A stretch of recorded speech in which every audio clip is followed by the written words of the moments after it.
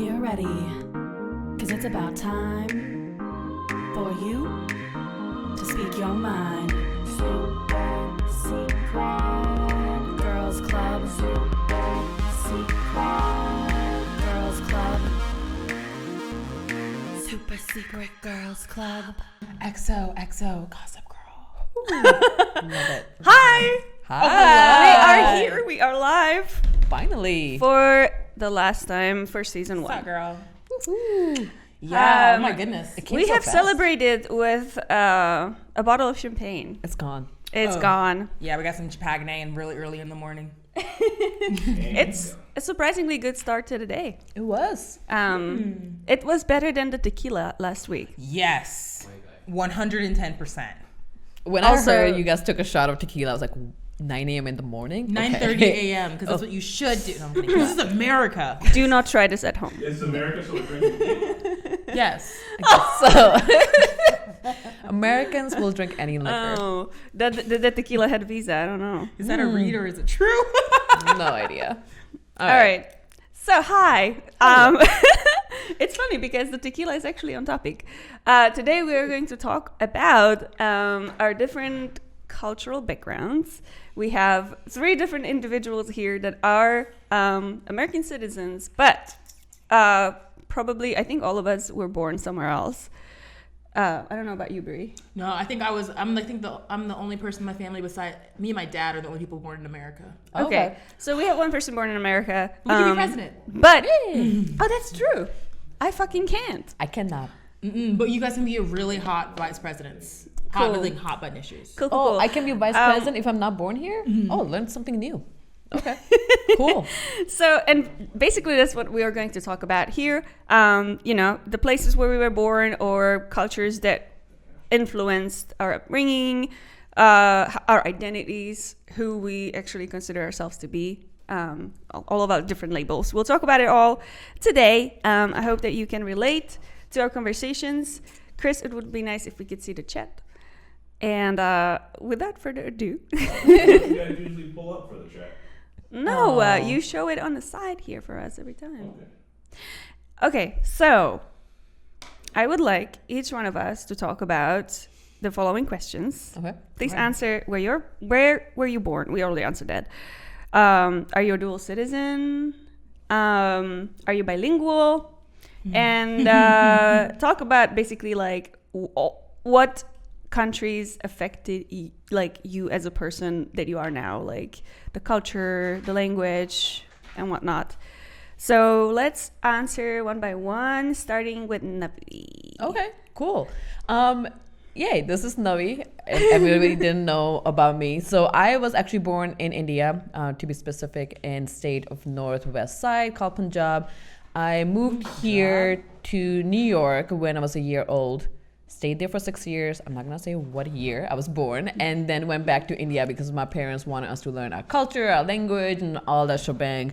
Especially growing up in New York at that time, because it was just a hot pot of all the cultures. They were just afraid that we're gonna lose who I was, and they wanted us to preserve that. I have a question. Yeah. So when you lived in New York, did you guys live in like an Indian district or? I don't know if there was an Indian district, but the apartment building that we lived in, there were Indian people there.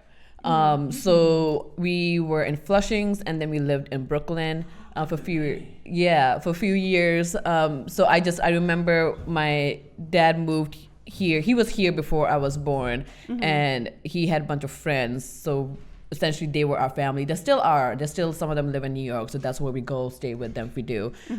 So we essentially live very closer, whichever. But I don't know if we have like Indian thing in New York. I'm pretty sure there is.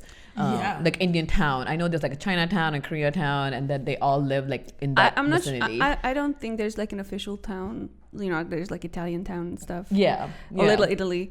Indians everywhere, man. But yeah, I It's over remember, a billion. and I don't know where in New York we were, but there was like we were passing on a bus, and it was just like a whole bazaar. Oh. It's just like, and I don't even know what culture, because I'm ignorant of that. Like, Yeah. so I couldn't like figure out whose bizarre it was.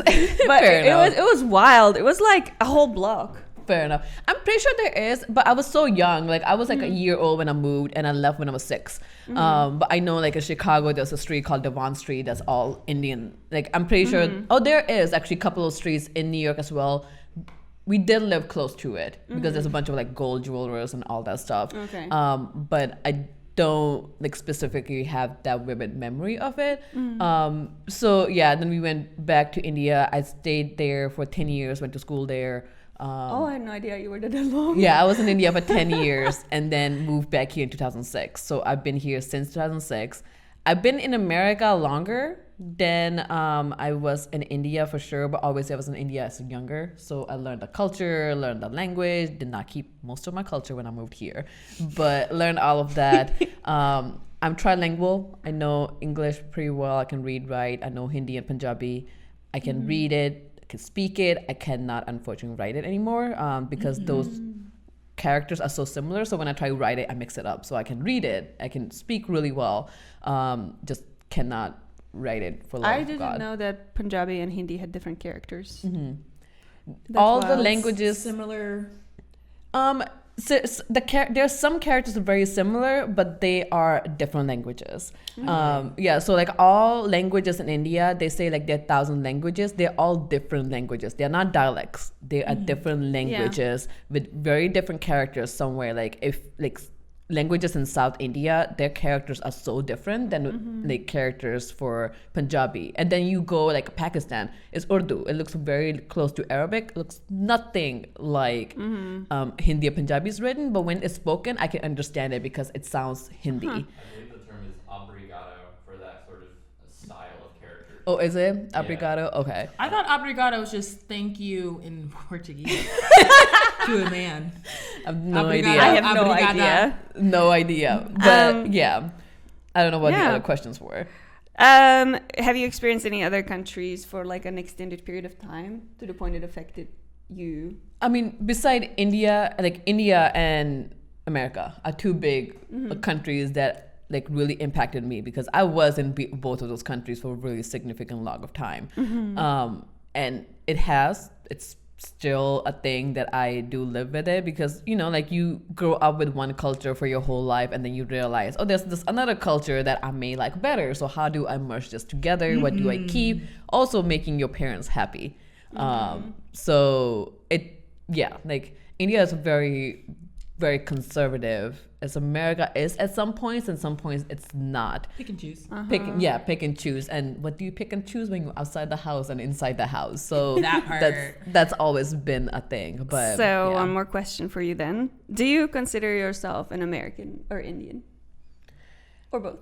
Whatever my passport says, baby. Yeah, what am I? I'm not a dual citizen. I can't have dual citizenship, unfortunately. I'm American citizen. Does India not allow you to be dual? Oh. No. And I think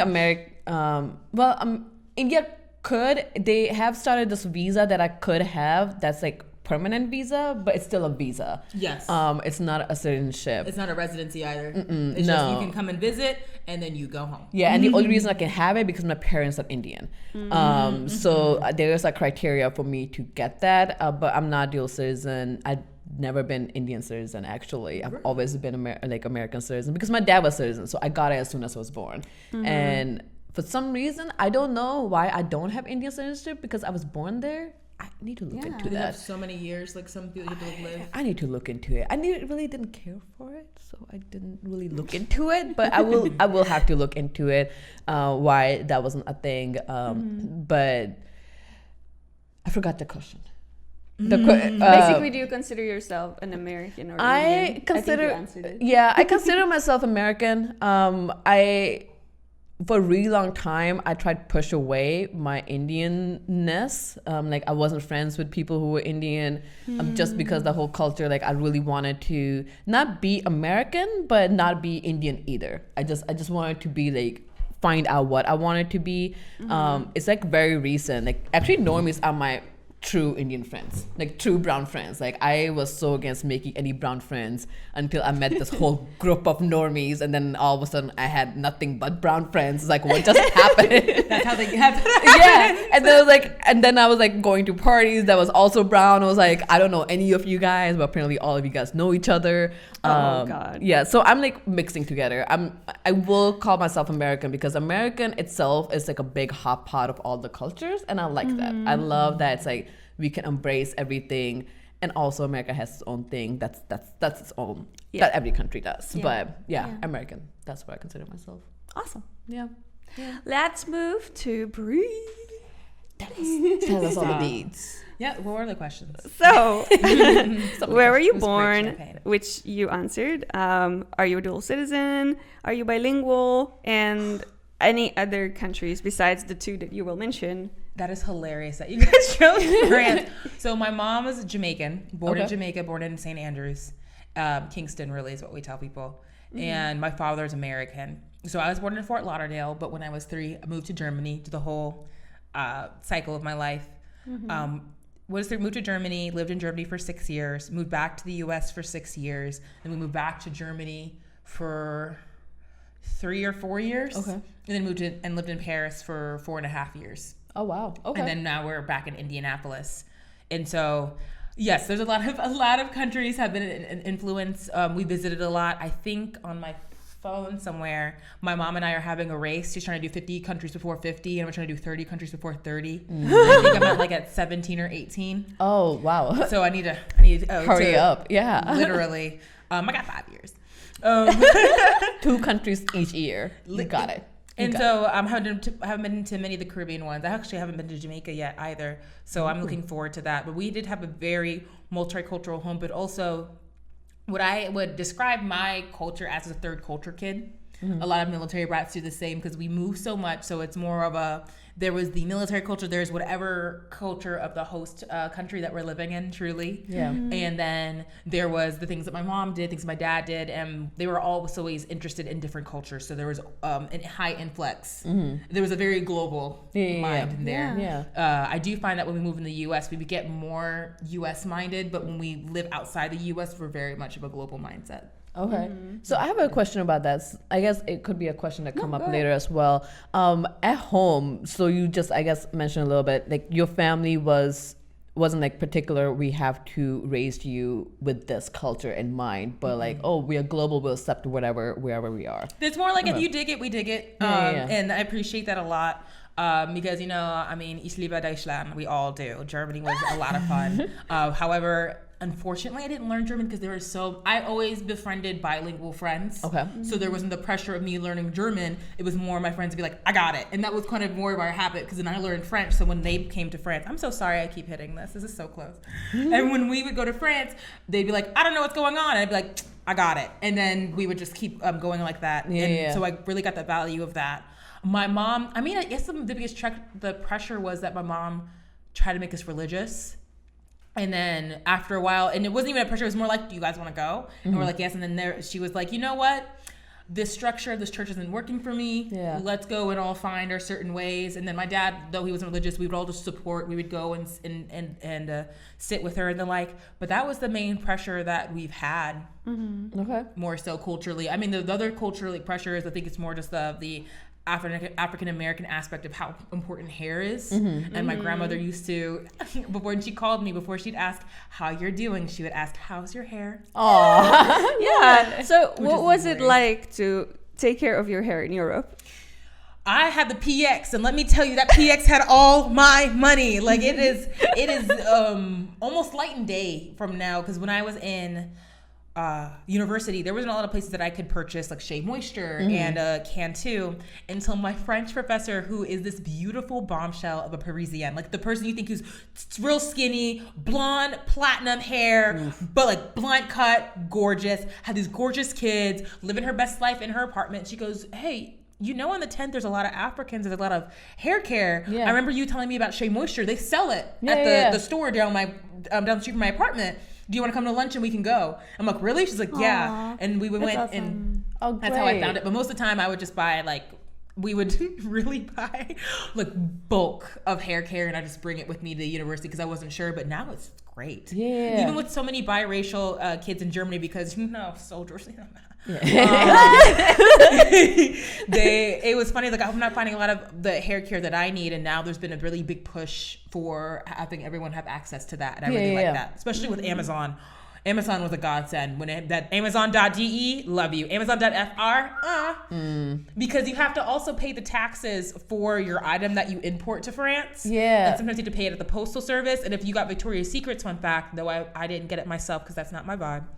My friend had to pay almost the equivalent of what she ordered from the U.S. Victoria's Secrets at the postal office to get her things. Yeah, it's an adventure.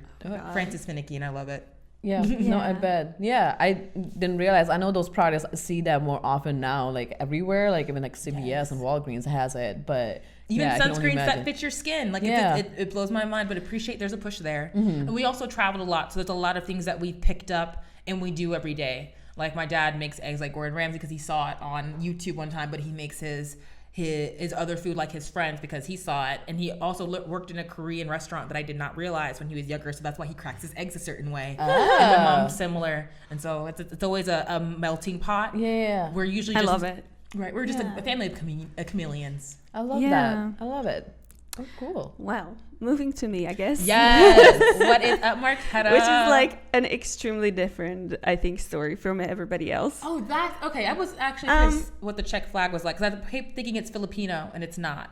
No. It's without the crescent, right? Yeah. Without the crescent. We don't do crescents. No. At all. No crescents in Czech. Very against it. Very much against crescents. My country is very homogenous culturally, so I grew up very one way, even including like the media that my parents would like let me to watch, because there was like we had like really good like series and movies for kids, so I didn't really get into the whole Disney thing at all. Like I watched like Shrek, like I watched like the newer movies. But I didn't really get into like Mickey Mouse at all. Like I was like, who the fuck is this? So is it because Czech has their own production of television and filming? Yeah. So back when Czech Republic or Czechoslovakia was still part of the Eastern Bloc, we just kept importing like media from Russia. Gotcha. So we would have like the and anybody from Eastern Bloc is probably going to know what I'm talking about. But there is this cartoon about, it's like Tom and Jerry, but it's about a wolf and a rabbit.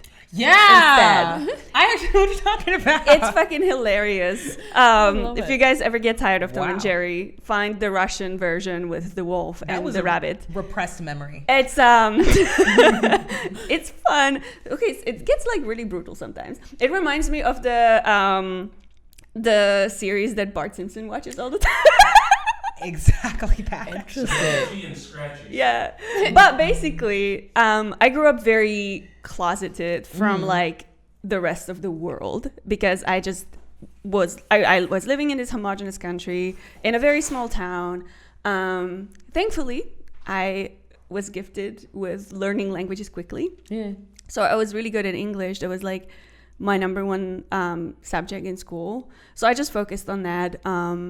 And I went to school to become an English teacher. And after that, after I got into the university and I got into this program, a whole bunch of doors just opened to me. And I was able to go to Turkey for a year as part of my bachelor program. Where in Turkey? In Trabzon.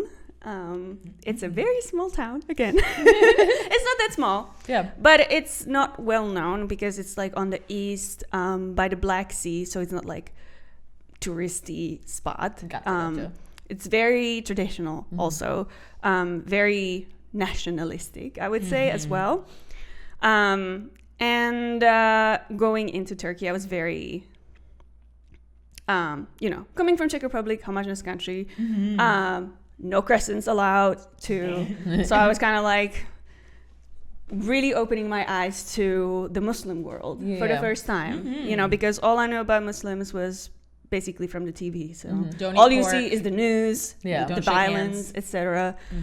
And then I just met a bunch of made a bunch of friends in my class, and like everybody was just inviting me for dinners all the time. I was literally just going from one house to another because everybody's so hospitable. Oh, I And love so it. warm. Yeah. I love it. And so that basically was a culture shock for me, where I literally had to like look inside and be like, okay, everything that I thought or knew is completely wrong. Yeah. And I just had to like relearn how to be a human being Interesting. in the world. Did you realize that you could start picking and choosing how you lived based off of that? Yes. Okay. Yeah. I mean, it was also like the first time that I was living alone without my family, without my mom doing my laundry and things like that. You know, I had to Yeah. learn how to cook for myself. It was a whole bunch of like new things that I had to do for myself. It was like my first adult experience. Yes. And I was 20. So yeah.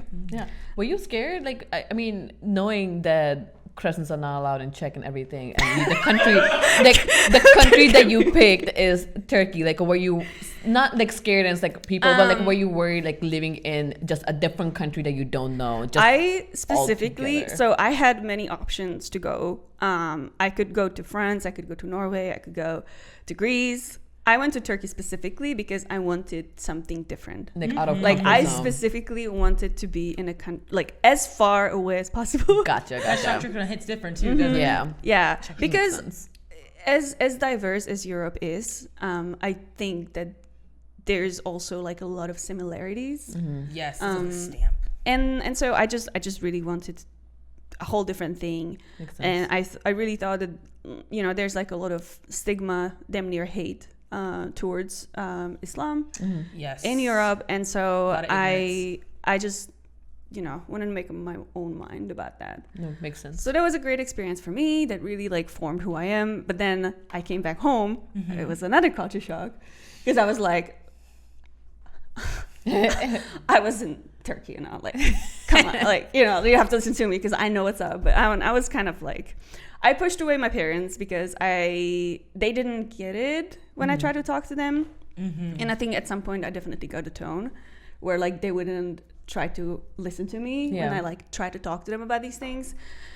We definitely developed different political opinions, philosophical opinions. Makes sense. So we kind of fell apart and then eventually just met halfway when, you know, I got back home. Like after I was back assimilated into my own culture, I was like, okay, I'm just gonna give this a pass. Yeah. You know. And then after I was done with school, in my master's program. Okay. Oh my God. In my master's program, I got to go to Texas for the first time. That was my first experience in the United How was States. that? Texas, I lived in nevertheless. Waco, Texas, not Dallas. Is that BFE? or Austin. I lived in Waco. That's like as Texas as you can get. As Like if you want to know what Texas is, yeah. that's it. I loved Texas, but it was also really fucking weird. It's Texas. Like coming to America, like coming to New York and Chicago is a different thing, but like coming to like You went to live there. Midwest. I did. So Texas was fun. I met a lot of, I guess, important people, I would say, because I was on like a scholarship program where they would it was a presidential scholarship, and they would have us meet with like different like senator of Texas or like the Governor, representatives, mayor, you know. And they had like these presentations. One was about American exceptionalism, which was fucking insane. And I had many questions afterwards, and then I like ran out of the room. Oh wow. I was so angry Oh wow. because that was like peak Murica, you know what I mean? Where I was like, I will not tolerate this, and I left. And that was like this guy. I think that the only reason why they allow him to go and make his speech is because he like donates a bunch of money to that college. Gotcha. But I was just like, this is propaganda. And you know what? I feel like, and no question for later, did you guys realize I feel, that you could peep the American propaganda much easier because you've lived abroad, and then you realize that every country has propaganda, so you're just Every country has propaganda. and no one wants to realize it. Yeah. And that is the most shocking thing that I've learned. And is that the same for you? Yeah, yes. I think that I learned to recognize propaganda after I moved home from Turkey. Because I feel like I kind of got indoctrinated by the Turkish propaganda. Turkish people are also very nationalistic. And I just kind of like, through the hospitality and like the generosity and love of everyone, I just really got into like, Turkey can do nothing wrong. But then, you know, you learn again over time. I mean, like you look more into the history and you're like, the things that you think that you did, well, you actually did that. Yeah. Did we forget this massacre and this one and this one in every country? Yeah. Every country. And so, yeah. So then, like, when I was in Texas and, like, you know, all these, like, different things were being fed to me. And I was like, I've been there. I'm not going to trust it this time. You know what I mean? Yeah. And then I went back to graduate. And then I went back again. And I ended up in Indiana. Hello. Hi. Yeah, you met Normies, and here we I feel are. like that's either if you're either born here or you end up here. No one's like, I came to Indianapolis. Yeah, that definitely wasn't my choice. I came here as an au pair, which is a cultural exchange program where I basically stayed with this family that I matched with online. It's like Tinder for nannies, where you talk to the family first, and then you're like, okay, we can hit it off. You want to do with your kid? I'll take care. Yeah. I'll nanny him. And then, you know, I moved here, and then I literally met Chris like 2 weeks later, and Here we are. Nice. I love it. yeah. So that is my experience. I am an American citizen now. This is new. Like, I've been an American citizen since November of last year. I was able to vote. Yeehaw! I voted him out. Nice. Yeah. But yeah, no, that's it. Like, I love it. But your idea, like, yeah, your question on, like, yeah, being a propaganda, that is for sure. Like, I think people who don't realize it is because you have always listened to one thing. Like, if you're there, and I don't think it's your fault. It's just like, if you've never ventured out, you don't know what other people think. That's the point of propaganda. I think it's their fault. Like, I think it's your fault because There's the internet. Yeah. No. Yeah. I don't think that's enough because internet so I think that when you're born into like a bubble. Yes. And that is not your fault. Yeah. This is just like, as you grow, you learn more things, and then eventually you may want to venture out, and so you do that. And then, like, for me, I definitely lived in a bubble. Like, I was a certain way, and then the bubble was burst when I moved to Turkey, but then I enveloped myself in a whole different bubble. Yeah. And then I had to burst it again, and every time it was a very painful experience for me. I feel like that's what life is. Yeah, Cycles. but there's, I think that if you are unwilling to go through that process of acknowledging that maybe you had a wrong opinion on something, then how are we ever going to move forward? How are we gonna learn each other? Like, how are we gonna like Exactly. understand each other? And I think the worst for me is even when people do venture off. Like, I know so many people who have moved countries and they're still very strict to what they know. Because they It's find like, another bubble in it, or they just Yes. don't engage. Yeah. And that blows my and they mind. find the bubble. I was like, how? Like, you are in a different country. What you believed in when you were there, like, it's not even the same.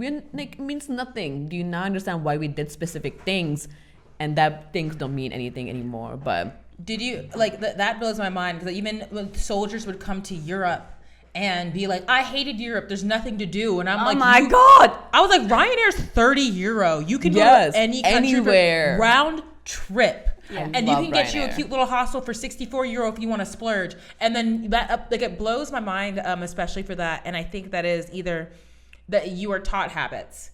And I do appreciate my parents a lot, because they were very acting on. They taught us how to adapt, how to be like, hey, every culture is kind of the same. It's like how once you go to one town, you can go to the mall. Yeah. Every town has a plaza. Every town has usually outside of America, has a central bus system or a central public system that you can go to. You know where you can get maps are. You know there's going to be probably a Chinese district because I love that. In Paris, we live there the 13th, cheapest produce. Do that.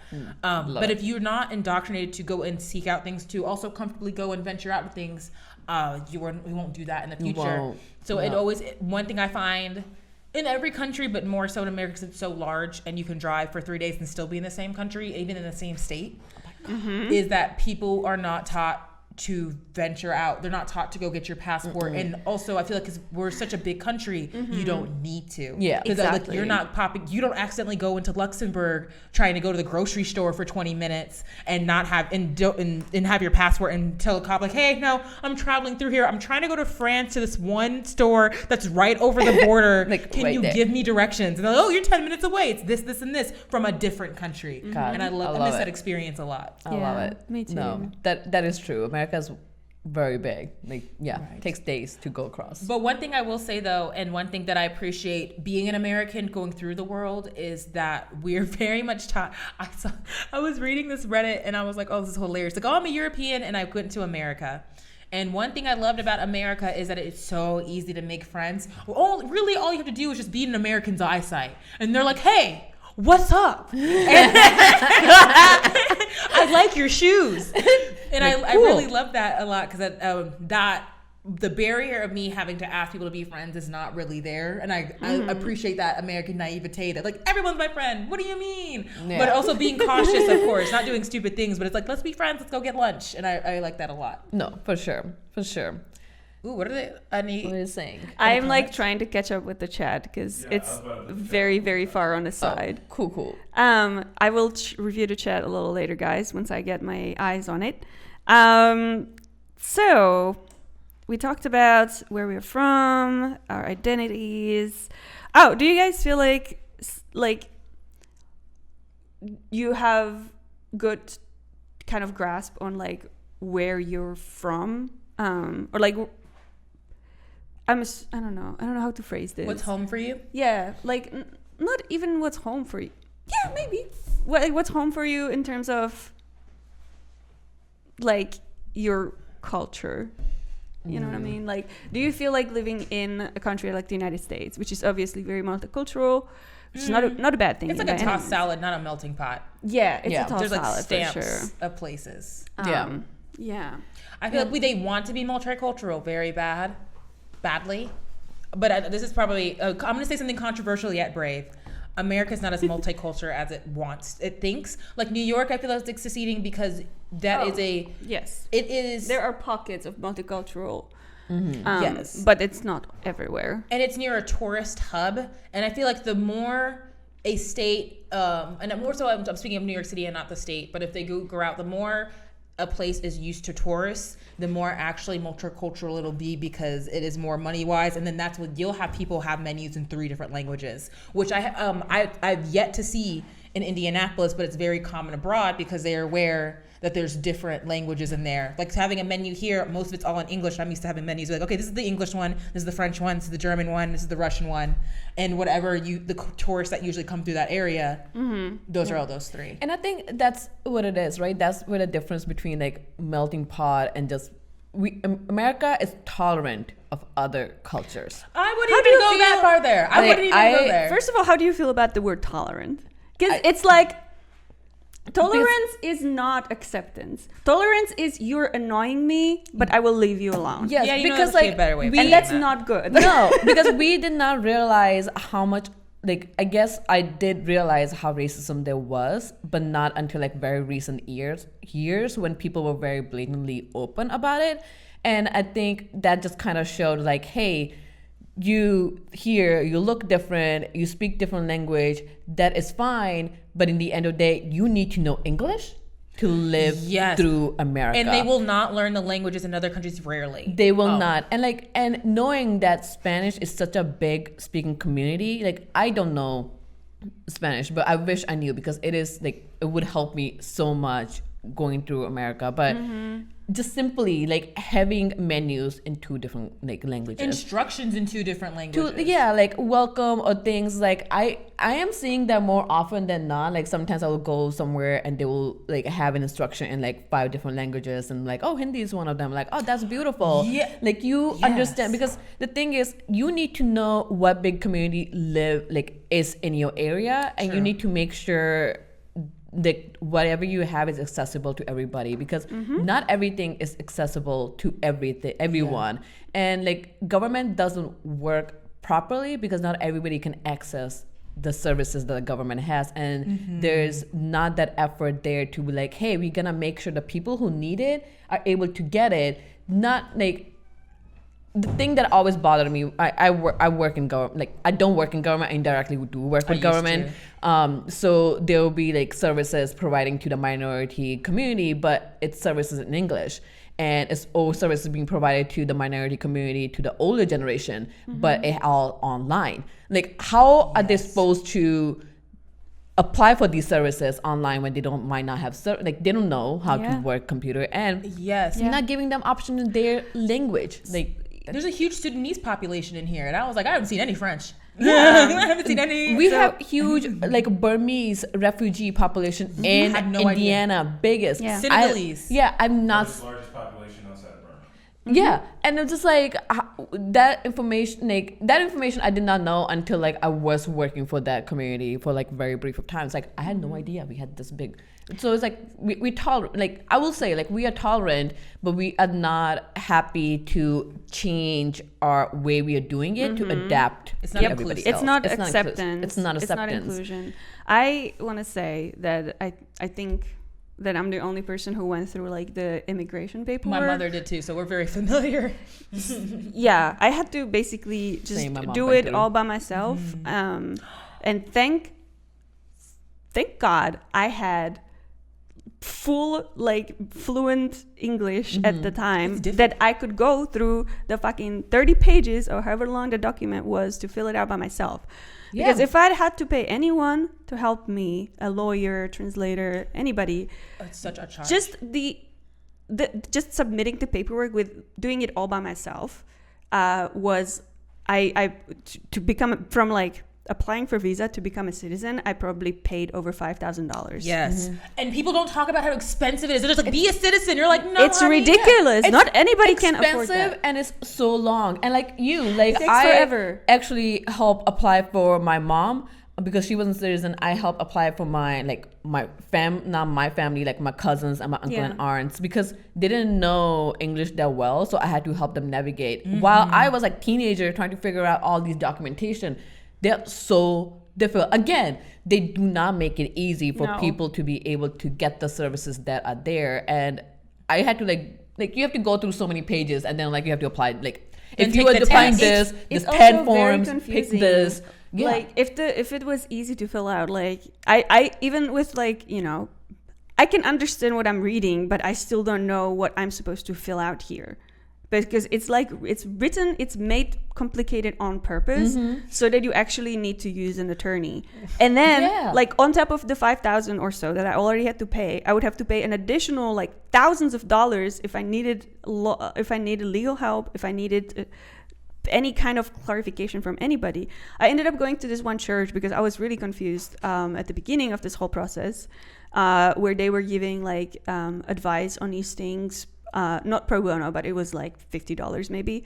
And I spent like 30 minutes with his lawyer, and I was like, I had like 20 questions. I was like, just be very, very brief, because this is what I have. I have these $40. I've been saving these $40 for this. So, you know, answer all my questions so I can leave. Also, can we talk about churches are hilariously the unsung heroes of immigration? Oh my God. Because they really, because to go any place, and also mosques and synagogues, let me tell you, if you want a friend that helps take care of you, just lump it in, or have a friend of each religion, because the food's great. And when I was going to France, well, my friend was Muslim, so we went to her mosque and it was all cute. And also, thankfully for my mom, she had a green card and was married to my father and also had 3 American kids. So they can showcase that like it wasn't fake and she can go into the process. So I'm happy that she became a citizen. But for her, she was going into the naturalization. And unfortunately, France is very xenophobic, especially with Muslim immigrants. But you would go and it would be just the whole thing was emptied. There was chairs there. They had free French classes. They had free people who were like, oh no, I work in immigration. What do you need? And they'll set up their dossiers because a lot of the things when you met there was a huge blockade because they won't help you. They'll just be like, there's just one document on this one place you have to get it. That's on the other side of the city that you didn't get it, and we're closing in 20 minutes and we're not waiting. You have to wait another 3 months to go and do whatever. And it was very, very annoying. And you try to fill out things in France, like it was not as not very helpful to someone who is not fluent. But it was very eye-opening, and especially though my mom, it was a breeze for her because she grew up in America, and it was something I didn't think about for a while because I'm like, Mom, you have a green card and she had a long-term residency because it's with my father. It was like, oh no, you got help because she could showcase her family was there. If you're not married or dating someone of that country too, it makes it much harder. And I didn't realize that. Like France will be like, if you date someone who's not French, they'll deny you certain things. Just be like, well, you're not into the culture. I don't think you're really here for France. Yeah, they're very finicky. It's insane. French people are very nationalistic. Or I should say Parisians. I was very specific. Like New Yorkers are not U.S. Parisians. Y'all know yourselves. Interesting. But like going back to what you said like about churches, I will say like Gurdwara, like I'll say in like Sikh temple. If you are in the process of getting that help, find yourself a church because the community there, like you may not have to be super religious, and I kind of want to talk about religion as well. But there are a group of people there that will help you. Like I mean they do. That's also a best way to get into a community, but be careful. You might end up being in the same bubble that you just left. So they are very helpful on like providing services and stuff, but just be make a wide group of friends. Yes. And one thing though, and circling back to it, I'm curious of what do you define yourself by the standards that your family has put on for your culture? Because for me, I feel like it's a melting pot, and I'm very used to having a chosen family. So I know for me, like I really will pick up my setup or my identity, whomever it is. I know I do identify myself as a cultural chameleon to a point because I know my American just jumps out and I'm like, you got to help me out. Let me know if this is ignorant. Like I have those friends for that, which I appreciate. But I don't define myself completely as an American. Like I feel like I'm very much, there's a lot of European habits that I've kept. So like, especially like as you see, no bras. It's more of the human body's just the human body, dude. Let's all go and shower in a pool and teaching. What is it called? Teaching proper use of alcohol rather than barring it. Oh my age. God! Or some of the habits that that's like the worst in America. Dude, people go crazy. I hate going to college bars. Dude, but I love... and I've hated it even when I was 25 and I was here for the first time. I was like, I know how to drink. How do you... No. Why are you doing this to yourself? Why do you keep drinking to throw up? Like, can we like get that together? I know. Yeah, they like don't talk about it, and then like that's what it is. Like I never learned to grow up like about alcohol against it, but at the same time, it's like okay, I think there's a better way to go about this. So I want to stir a little bit away from this because we were talking about a lot of like the external like barriers for people to you know migrate and stuff, but I do want to go back internal and talk about our experiences. And you hinted a little bit about you wanting to talk about religion. Yeah. So let's talk about that. Like, how many secrets do you guys keep from your family? For religious reasons, for, you know, just acceptance in any other regard? My parents still don't know real me. I will just say straight up and be honest about that. Like, growing up in India, that was a different thing. Everybody was like same, very homogenous culture as well. There weren't that many secrets because there wasn't much to do. But when we moved here, I moved in high school. High school was still trying to figure out what high school is, because the first thing when we came here and my mom sat me down and was like, you are gonna go to school to study. That's it. You're gonna go to school to study. you can make friends, but that's it. And then you need to be married the next day, as soon as you graduate. And I don't know marriage, what babies. I really don't know what she was trying to get at, because like, what else I'm gonna do in high school? Like, of course I'm gonna study. But then later on, like, okay, the dating thing, because you're not taught dating in India they at expect all. you to know it. Exactly. And then like dating is not a thing in India, so that was obviously what she was getting at. I was like, don't do anything, like don't date people, blah blah blah. So I didn't really realize, like, try to get into that culture when I moved by myself in college. So when I was in college, that's a different thing. I don't tell my parents anything. But like when I was home, if I wanted to go out, if I would tell my parents I was going into my friend's place. I stayed at Yasmin's place all the time, and I barely saw that girl. Like, it was That's just a true friend. And she knew, and her mom knew, so they knew, like, if you called, to be like, yep, they're here. I love that. Like, even now, like, she's not even in the country. Like, there was a while that she wasn't in the country. I was like, I'm gonna still go stay at her place. Like, she's not even here. Like, the other one, like, dressing up. Like, we, like, Indians dress very conservatively as a younger. So, like, there has been instances I walked out with, like, full sleeve shirts and jeans, and then I went to a restaurant and changed to shorts. So that was a very common thing. That's a very common thing still with Indian girls. Yes. Do you? Very common. And is the one thing also is you always have that friend whose parents are down. I don't know how it is. There's always that one, like, parents who, like, got out the bubble, but they're kind of still in it. They're here to be like, yeah, do whatever you want. Dude, I didn't. Unfortunately, I wish I did. Like the friend that Yasmin I'm talking about, like, she's half brown, like half Palestinian and half American, so that's a whole different thing. But I never, like, met a family who was completely down until, like, very recently when I met Serge and his family is completely down. I was like, where were you guys? I would have I will totally have vibed with you guys, but I didn't. Like, I guess it was also because I was so careful that I didn't want other brown people to know that I was lying to my parents to be like staying away. So because community is very small, they talk. The gossip is part of the church. Gossip is heavy. So true. So I and it wasn't like I was doing hardcore drugs or whatever. So I wasn't like lying to my parents and doing line of coke. It was like literally I was lying to my parents and going out and having friends, like having fun with my friends. Maybe having a drink or two. Like just stupid teenager shit. And like even now, I guess, like I'm casual just LSD. LSD. Like I feel like me and my siblings gotten so used to like lying, and it wasn't because we were hiding stuff from my parents, but omitting, because sometimes it was just easier to tell them what we were not doing than to have that whole conversation and fight about it. Because we'll fight about it, I will win because for God's sake I'm an adult.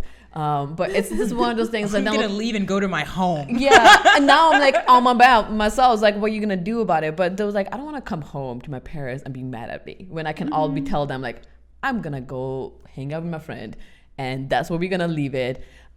So it's something that I had to unlearn very recently, to not tell lie, like be very honest to my parents, because what they're gonna do? I live by myself. What are you gonna tell me? Like not live at their home? Like, okay, then I'm gonna leave. But it's just, it's been like, that was just so easier to like not have that fight, just to lie to them like, okay, I'm gonna be honest, because it's better that you know what I'm doing than not know, because I could get I just don't want to deal with it. Exactly. That was the thing. Like, I just didn't want to deal with it when I was growing up. Like, I just don't want to deal with it. And also, like, I know what I'm doing. But the thing was, my brother was younger. So when he was growing up and he was going through the same thing, and I was like, hey, I know you're going to go out and drink.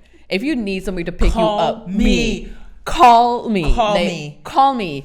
And, like, I will come pick you up, because I know the shit that you're going through, and, like, it's just going to happen. But you know what the shittiest part was? He's a guy. He's a guy. Dude, no. There was a time when my dad sat down and talked to him and be like, hey, if you get too drunk and you can't drive, call me. And I got so I would have lost my lid. I got so pissed. I was so annoyed. I was like, this offer was never, like girls are not even allowed to drink. So like I cannot drink in front of my parents. Yeah, I was like, not only that you guys were not happy with me drinking, but you never gave me an offer to like, you will come pick me up if I ever got that drunk. So I never got that drunk that somebody had to come pick me up. But still, I feel like that's a whole thing. That's older sister struggles, and especially being with so many cultures. Because my mom, growing up in Jamaica, people don't know it is very religious.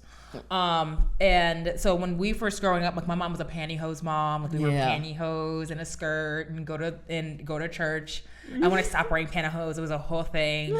And that was basically from my grandmother. But that was when, as they gotten older, like they've gotten so lean. Like I give them shit all the time, and I love them too. I'm also like, why are my siblings cursing before they're 18 in your house? Yeah, I'm like, excuse me, ma'am, sir, who are you? Are you guys aliens? My mom was like, after you came out so well, we realized we can loosen up. And I'm like, no. You know how the struggle we have to deal with? That's hilarious. Like paved the way?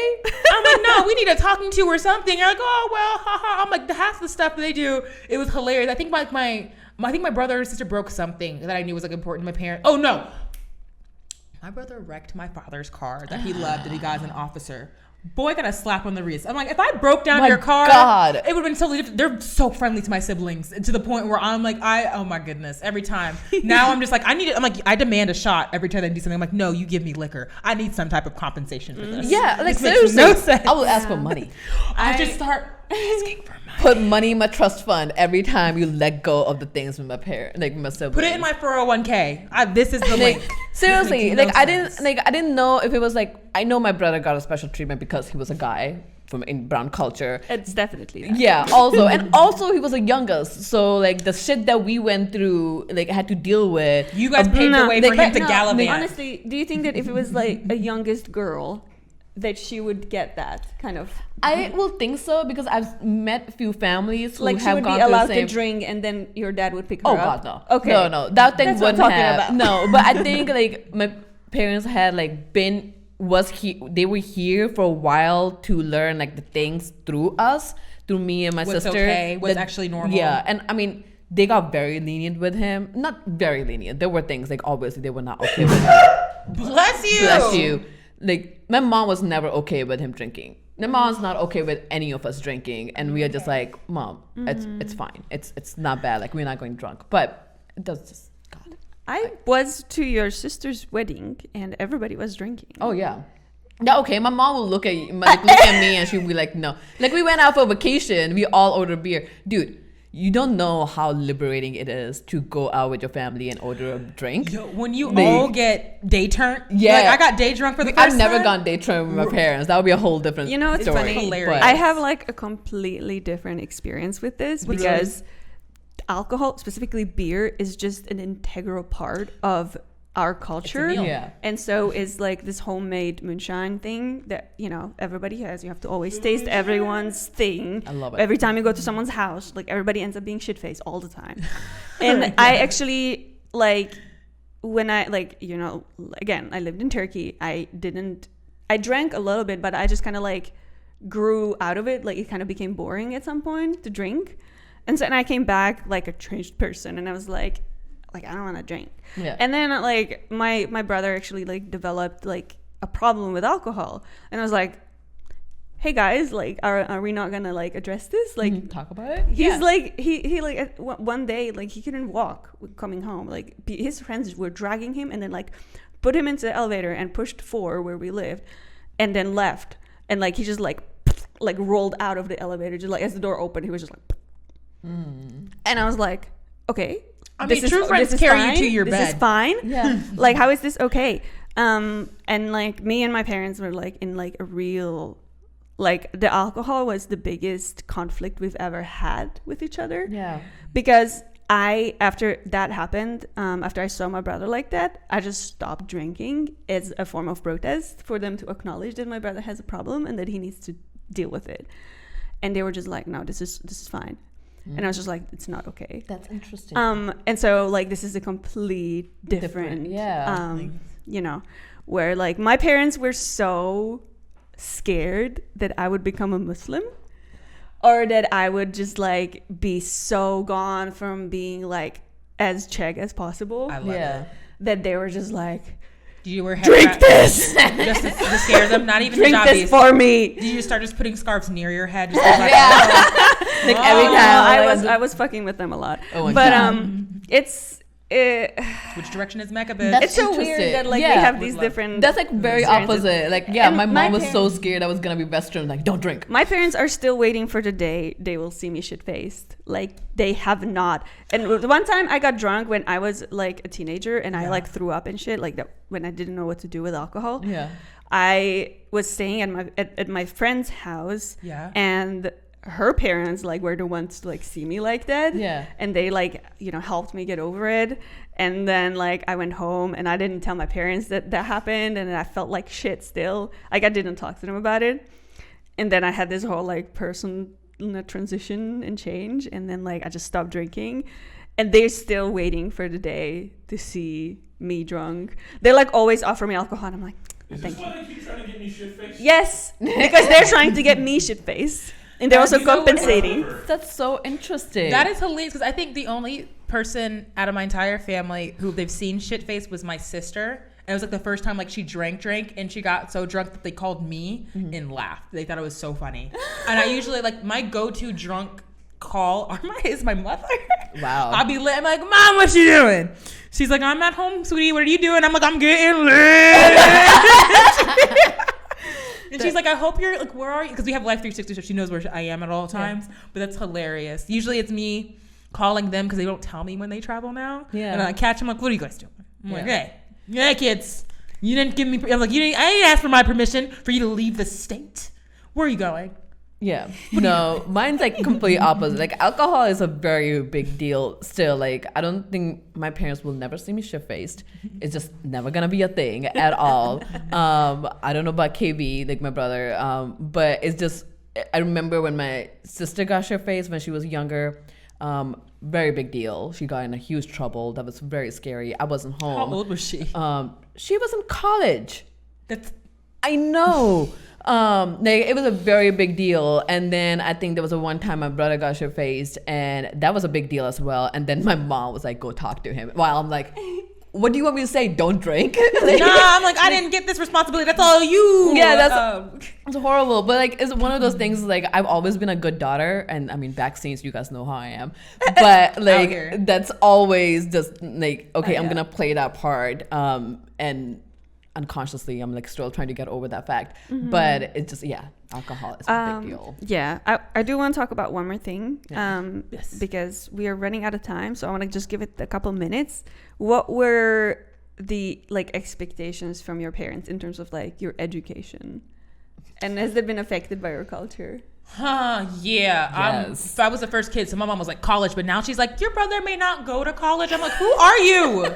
No, everyone gets into debt now. But like, yeah, the first kid. Like she's very much because like she'd always say like, you're the first. So I'm like, these are not good arguments. No. Though I'm glad that I did, and So especially was it for college that. specifically, or was it like you have to go to college for this?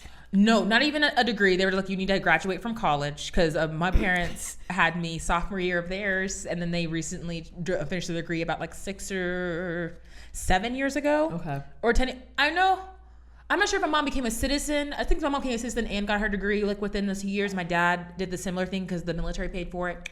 But there was very much an expectation. I went to college. They wanted me to go to the college that they met at FAMU because my father's family loves that college, and they were greatly disappointed when I chose not to. But that was just the main thing. Go to college. My mom was like, just be respectful because he was a higher ranking officer and ran. He was a commander of shenanigans. And so I had to have that expectation of it. But that was the main thing. It was like, definitely go to college.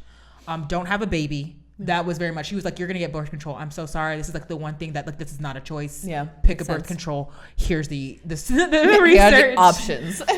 Nice. But that was about it. Yeah. Nice. Yeah. No, mine. Yeah. I mean, as a brown, I was only supposed to be either doctor or engineer. There was only 2 options that I was supposed to be.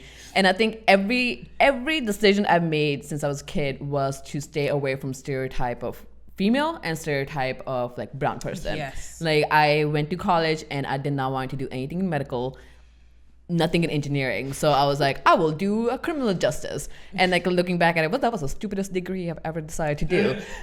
Because you can't really do much with it besides like really going into like law enforcement. And I mean, and I also did psychology major, but I'm happy with that. I did master in business, but I was so against with doing anything medical engineering, and just like I didn't want, and also like just didn't want to.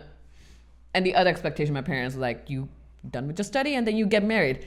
I'm 30 years old. Then and I'm like still why not. why do you go to school in the first place? That's exactly. And I was like, and my parents then like still started asking when I was done with college, like, okay, like when are you getting married? And I kept giving them 2 years. Like, don't ask me in 2 years. And then I was like, what's the point of me studying my whole life if I'm not gonna use it? Or just like give me the money for a wedding and I'll figure it out. Just give me the funds. Yeah, but it's just like a whole wedding concept. Like I just didn't get it because for me, like I understand, like I can make the wedding whatever it needs to be, but for me, living as a stereotypical, not me living but like looking at growing up with the stereotypical brown parents, and I lived 10 years in India, seeing how the couples are, how the females are treated and how males are. It's like, why would I want this? Why would I ever want this? Why does people want to be married so hard? Cause I've seen marriage. Yeah, and like now I guess you guys are great. No, you guys are great. Let's be clear. No, you guys are very. It's been a light, a beacon in the tunnel. But the modern marriages are different. Like you can make it what you wanna be, but like for the brown culture, the way I was growing up was like every brown couple or brown, like my parents, my uncle and aunt, whoever I was seeing married, does not appeal me. It does not make me feel happy. Yeah, it does not make me feel happy. And it seems like you guys only together, some of you guys, because of your kids. And like sometimes you think like, oh, like your kids, like the best love that you had. Maybe there's something wrong with your husband, the kids are the best love that you had. But it's just like growing up, and I was just so against everything. Yeah, I guess that's where I struggle with the cultural thing, like trying to mix it together. Like it's not that I'm Western, it's not that I'm American. I don't want a stereotypical brown relationship and a stereotypical like brown doctor or engineer. Yeah, like all that stuff. Like actually, from what you're saying, and apologies, I do remember there was an expectation similar to that, but it was not to be ghetto. That was like more of it, because like my dad would say, and probably gonna say here, he was like, really, if you have bad grades and stuff, they're just look at you as another unfortunate N-word. And so that was one of the biggest pressures for that. It was academic success, but also not everyone in my family is equally academic succeeding in certain parts. So they adjusted their expectations to each child, but that was a main thing. It was very similar to that, but they weren't so hell-bent on who I married though. But the whole going to college and doing that part, I fully understand. Oh yeah, college is not an option. I again had like a very opposite Interesting. So the expectations for me became very like high once I got accepted to like a good high school in my town. Do you guys have the 3 levels like in Germany? Like if you're dumb at elementary school, they ship you to like a trade school. Yeah. And then if you're we have trade schools, and then we have like business schools, and then we have like general high school, which is basically just a preparatory high school for college. So like it's the best education you can get, but if you don't go to college afterwards, it's absolutely useless. And so really you have this pressure of like, okay, so I have to graduate this, which is not guaranteed, by the way. You have to pass all of your tests to graduate, and then you have to pass the entrance test to university to get accepted. So it's like at the age of 15, you have to decide on taking this risk that you will literally live with until you graduate at like the age of 25. You have to make the choice at 15. Yeah. Wow. Okay. At least you get the choice of it, because it's more so it's like, no, you're slotted. Like you have to fight to get to that level. If you want to. Well, I was slotted. They were going to send me to like a trade school, and I was kind of like, nah. So there was a thing. I went to like a really bad school, primary and middle school, where the teachers were absolute assholes, and my brother was not very academically gifted, and so they judged me based off of his skill set. And and so I was just like always looped in with like the stupid kids. And that's insane. I know, it was ridiculous. And I just like had to like fight an uphill battle from like a very early age in school, and that's why I hated school so much. And then there was this one teacher, my math teacher, the 8th and 9th grade that literally turned me around. Good. That teacher, if like she wasn't in my life, Yeah. I would probably not speak English. I would probably work somewhere in a factory.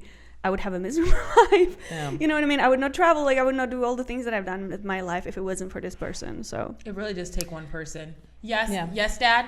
Yes. Yeah. Hello, Father. What would you like? but I did want to say that because my parents were both from, they have this remnants in their mindset from communism, because that is where they grew up in, that values hard work and education oftentimes, or Doesn't science stay- and yeah. education have been suppressed. Yeah, Basically, that makes sense. for the sake of propaganda,